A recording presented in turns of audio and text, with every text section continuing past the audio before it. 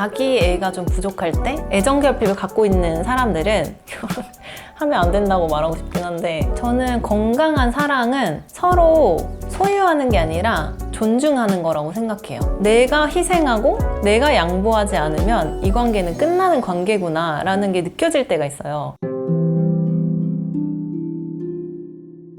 안녕하세요. 고상한 언니 송유진입니다. 요즘에 사실 카톡방이나 이런 게 되게 많잖아요. 그래서 사람들이 외로울 틈이 없는데 오히려 사람들이 더 많은 외로움을 느끼는 것 같아요. 그게 이제 약간 현대식 외로움인 것 같은데, 그리고 애정결핍이 있는 사람들의 이야기를 좀 해보려고 합니다. 애정결핍은 왜 생기는 걸까요? 자기가 자기를 좀 사랑하지 않는 데서 나오는 것 같아요. 단순히 누군가 나를 사랑해주는 그런 거보다 자기 애가 좀 부족할 때, 부모가 충분히 사랑을 주지 않았을 때, 그게 단순히 편모나 편부가 아니라 어렸을 때 충분한 사랑을 받지 못하다고 느낀 사람들이 보통 애정결핍이 있는 경우가 많긴 하더라고요. 애정결핍이 있는 사람들은 상대방한테 티나게 막 사랑을 갈구하고 막 그런 사람들일까요? 아니면 티가 잘 안 날까요? 티는 안 나는데 상대방을 달달 볶는 그런 사람일 것 같아요. 요즘은 애정결핍이 있는데도 그냥 단지 일시적인 외로움이라 생각하는 사람들이 많더라고요.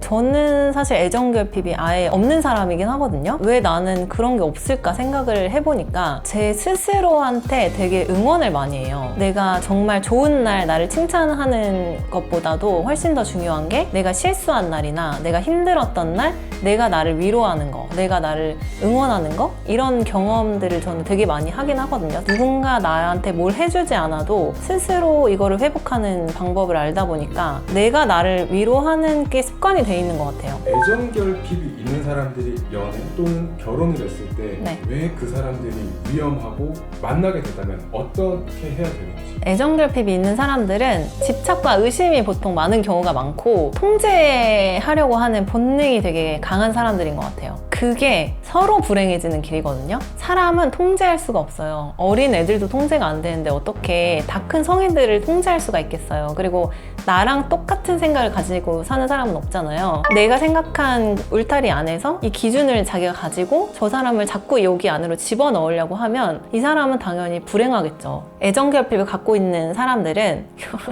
하면 안 된다고 말하고 싶긴 한데, 내 스스로를 치유하기 전에는 결혼을 좀 미루는 게 훨씬 더 행복한 결혼 생활을 할 수 있을 것 같긴 해요. 내가 나를 사랑하고 내가 누군가한테 집착하거나 저 사람이 이렇게 했으면 좋겠다라는 생각을 좀 버릴 수 있을 때 결혼을 해야 결혼 생활이 서로 편안하다. 아까 전에 통제 말씀하셨잖아요. 네. 그 애정결핍이 있는 사람도 통제하지 못하면서 자기 스스로를 통제하고 있는 그런 거네요. 그쵸, 맞아요. 원인은 너가 나를 외롭게 했기 때문이야 라가 되는 거잖아요. 애정결핍이 있을 때는. 근데 사실 상대방 입장에서는 아니 내가 언제까지 이거를 들이부어야 되는 거지? 끝이 없어요. 정말 애정결핍은 남이 채워줄 수 있을 것 같지만 스스로 극복해야 되는 문제긴 해요. 애정결핍이 있는 사람들은 사실 안 만나는 게 정신건강에 되게 좋은 것 같아요. 그걸 어떻게 알겠어요? 저 사람이 애정결핍이 있다 없다를? 질투는 당연히 있죠. 사람이면 당연히 질투는 있어요. 내가 사랑하는 사람이 다른 이성이랑 뭐 얘기하고 있는데 당연히 좀 짜증나죠. 근데 그런 게 아니라 너무 과한데? 라는 정도면 어느 정도 경계는 해야 되는 것 같아요. 그렇게 과한 집착, 과한 통제를 하려고 한다 하잖아요. 그거를 느끼는 사람이 이거 역시도 사랑인가? 맞아요. 보통 그렇게 느끼죠. 나를 얼마나 사랑하면 나를 저렇게 지켜주려고 하지? 이런 생각으로 보통은 그거를 굉장히 간과하는데, 연애는 그렇게 할 수 있어요. 근데 결혼은 그렇게 갔을 때 이거는 일상을 공유하는 일이잖아요. 일상의 모든 거를 통제를 한다고 생각하면 굉장히 숨막혀요. 아이를 낳아도 아이를 통제해야 되잖아요. 거기서 오는 스트레스가 엄청나요. 왜냐면은 뭐 하면 안 돼, 이거 하면 안 돼, 저거 하면 위험해, 이런 식으로 이제 너무 안 되는 게 많아지니까. 그래서 이게 단순히 집착하면 나를 이만큼 사랑하는구나 라고 생각할 수 있지만, 그거는 20대 때만. 결혼을 할 때가 돼서는 그 사람을 만나지 마라 이건 아니지만, 아빠가 아니면 엄마가 너무 집착을 해서 밖에도 못 나가게 하는 그런 분들이 있거든요. 어르신분들 중에도. 저게 내 삶이라고 생각하면 돼요. 결혼했을 때 나도 저렇게 살겠구나 라고 생각하는 게 가장 쉬운 공식 중에 하나예요. 유년 시절부터 지금까지 커오시면서 네. 사랑받지 못한다고 생각하신 적이 있으세요? 왜 누가 나를 사랑을 해줘야 되지? 그냥 살면 되는 거 아닌가? 저는 되게 혼자서도 잘 놀거든요. 그게 내가 나랑 논다고 생각을 해요. 제가 옛날에 승무원 할 때도 저는 혼자 되게 잘 다녔어요. 내가 하고 싶은 거 하고, 내가 먹고 싶은 거 먹고, 내가 쇼핑하고 싶으면 쇼핑하고, 그리고 내가 지금 원하는 게 뭔지 내가 제일 잘 알잖아요. 그거를 남한테 저 사람이 나한테 이렇게 해줬으면 좋겠다 라는 생각을 갖고 남을 대하면 안 채워지잖아요. 또 그런 데서 오는 또 외로움이 또 생기고. 그래서 저는 누군가 나를 사랑해줘야 된다고 생각을 안 하고 살았던 것 같아요. 대표님이랑 정반대로 정말 사랑을 받아야 되고 내가 그 사랑을 확인하고 싶고 그걸로 자존감이 채워지는 사람이 분명히 있을 거란 말이죠. 네네, 있죠. 건강한 사랑을 받는 방법을 좀 알려주신다면 어떤 게 있을까요? 저는 건강한 사랑은 서로 소유하는 게 아니라 존중하는 거라고 생각해요. 내가 저 사람을 통제하고 저 사람이 이렇게 바뀌었으면 좋겠다 이런 마음을 좀 버리고, 저 사람이 싫은 모습이 있어도 당연히 순간순간 짜증은 나죠. 짜증은 나지만 그거를 바꾸려고 하는 순간 서로 불행해지더라고요. 아니 저렇게 태어난 인간이니까 내가 못 바꿔, 이거를 몇십 년을 살았는데 내가 어떻게 바꿔, 이런 생각으로 그냥 그 모습 그대로 사랑하려는 연습이 필요한 것 같아요. 내가 저 사람한테 기대한다는 거는 내가 바라는 모습에 있다는 거잖아요. 단점이 장점이 되기도 하고, 그렇기 때문에 저는 그냥 그 사람 그대로를 받아들여라, 이게 가장 좋은 부부든 커플이든 뭐 솔루션이라고 생각해요. 내가 나를 사랑하는 가장 이상적인 방법이 무엇일까요? 아까 얘기한 거랑 같은 것 같아요. 내가 나한테 많은 위로와 응원과 사랑의 말을 해주는 거, 그리고 밥을 잘 챙겨 먹거든요, 저는. 그리고 옷도 잘 챙겨 입으려고 노력하는 게, 내가 나를 대접할 수 있는 거는 그거밖에 없거든요. 그 단순히 정말 명품을 사고 이런 게 아니라 내가 밥 한 끼 좋은 거 먹고, 그리고 내가 옷을 잘 챙겨 입고, 내가 나를 잘 꾸며주고, 내가 나를 대접할 수 있는 되게 쉬운 방법이라고 생각해요. 무조건 하는 거잖아요. 밥 먹는 거, 옷 입는 거,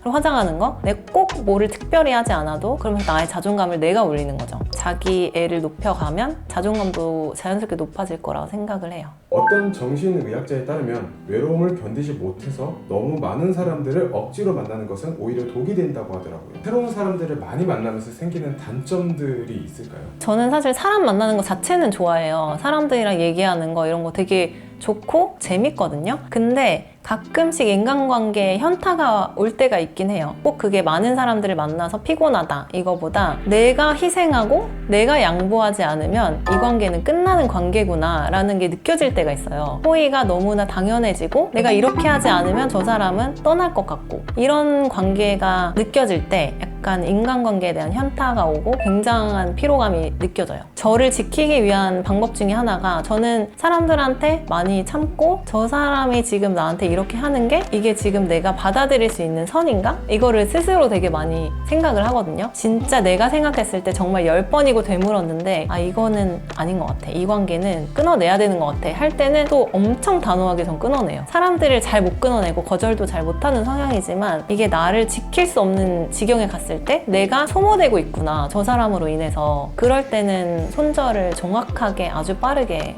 하는 경향이 있긴 해요. 사람을 쉽게 못 끊어내는 사람은 결국에는 자기가 손해를 보고 나서 그 이후에 깨닫고 정리를 한다라고 하더라고요. 네네. 대표님 사실 손해보신 적이 굉장히 많으시죠?